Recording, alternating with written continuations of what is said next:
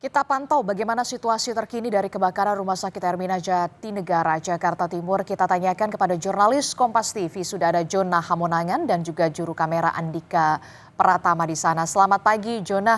Jona, sepertinya asap sudah tidak lagi mengepul seperti semalam. Bagaimana kondisi terkininya?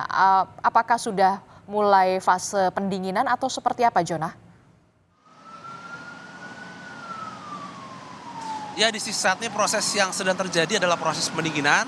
Jadi untuk proses pemadaman sendiri sudah selesai kurang lebih sekitar pukul 6 pagi. Jadi untuk kronologi atau kejadian ini bermula dari adanya laporan ke pihak Damkar Jakarta Timur, khususnya kurang lebih sekitar 4:45 pagi, adanya api sehingga dari pihak Damkar sekitar 4:50 langsung bergeser dan langsung melakukan pemadaman. Jadi untuk lokasi kebakaran ini berada di Rumah Sakit Hermina Jatinegara yang ada di lantai 3, khususnya unit farmasi, dan memang untuk kronologi atau penyebab awalnya yang saat ini masih dalam proses investigasi apakah adanya konsleting ataupun mungkin ada hal lain. Mengingat memang kalau kita lihat di unit farmasi banyak sekali mungkin benda-benda atau kemungkinan lain yang hingga semakin menimbulkan tingginya kemungkinan potensi kebakaran. Nah, untuk proses sekarang ini sudah pendinginan dan dari mobil damkar sendiri saat ini sudah mulai ditarik lagi kembali.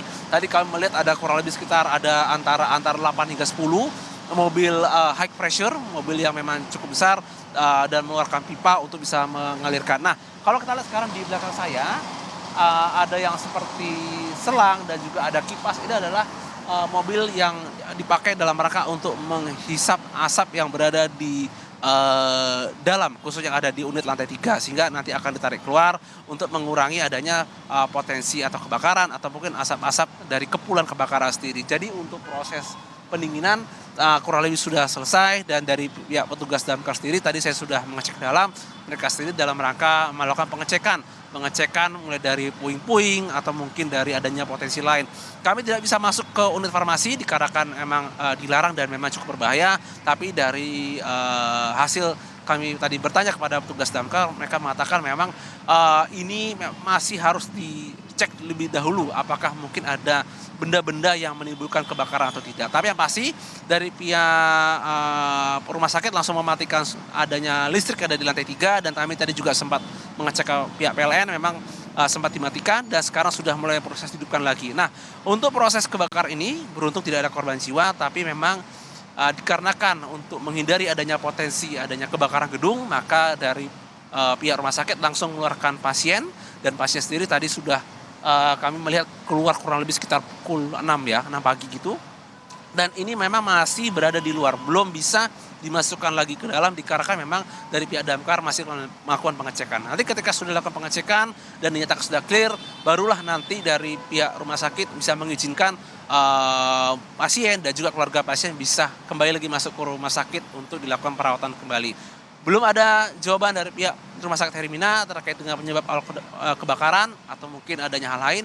Kami masih menunggu hasil penyelidikan dilakukan oleh pihak polisian, khususnya dari pihak Polsek, dari pihak Damkar Jakarta Timur, dan juga dari pihak Rumah Sakit Hermina untuk mengetahui penyebab awal atau kronologi khususnya kebakaran yang ada di lantai 3, khususnya di unit farmasi Rumah Sakit Hermina Jatinegara ini.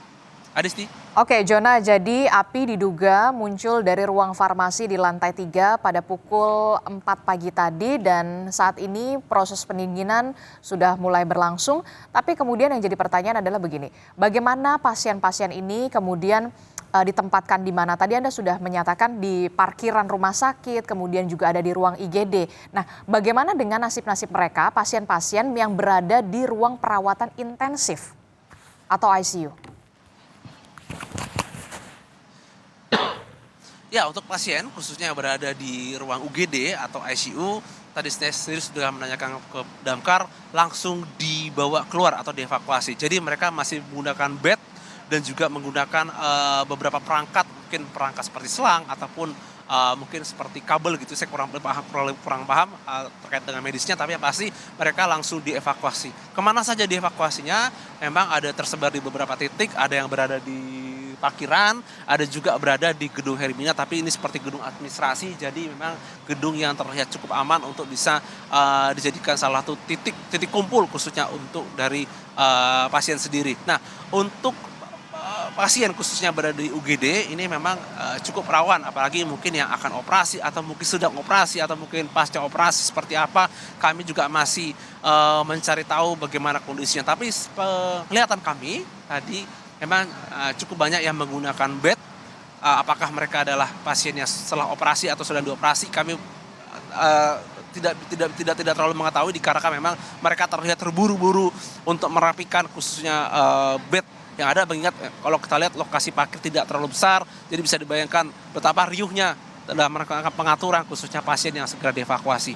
Kondisi sekarang saat ini memang sudah terlihat cukup kondusif.